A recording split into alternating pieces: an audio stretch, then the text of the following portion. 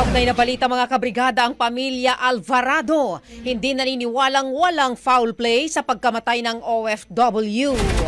Brigada Jigo Custodio, ibrigada mo! Brigada Live Report.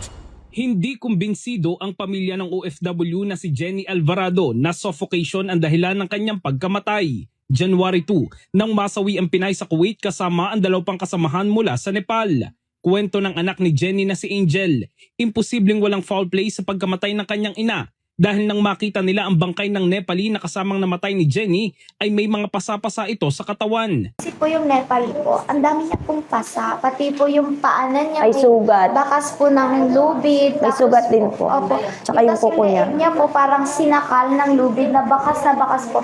May pasa po siya rito, may pasa rin po yung labi niya. Tapos po yung kuko niya natutuklap na po. Tapos yung mga kuko niya po, parang sinuksok po talaga yung uling. Binabad po yung kamay niya sa uling. Dahil dito, naniniwala sila na hindi suffocation ang ikinamatay ni Jenny. Tadhana na rin yung yung nangyari na natanggap namin. Ibig sabihin parang pahiwatig na din na hindi talaga suffocate yung nangyayari. Trauma raw ang idinulot sa kanila na maling bangkay ang pinadala sa kanila. Nais nila na mabigyan ng hustisya ang pagkamatay ng kanilang ina. Kaya humihiling sila lalo na sa pamahalaan na magkaroon ng mas malalim na investigasyon.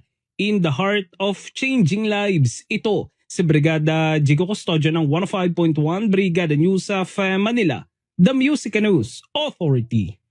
Ang bahaging ito ay hatid sa atin ng Power Cells Herbal Capsule. Tuldukan ang sakit dahil ikaw ang sandigan.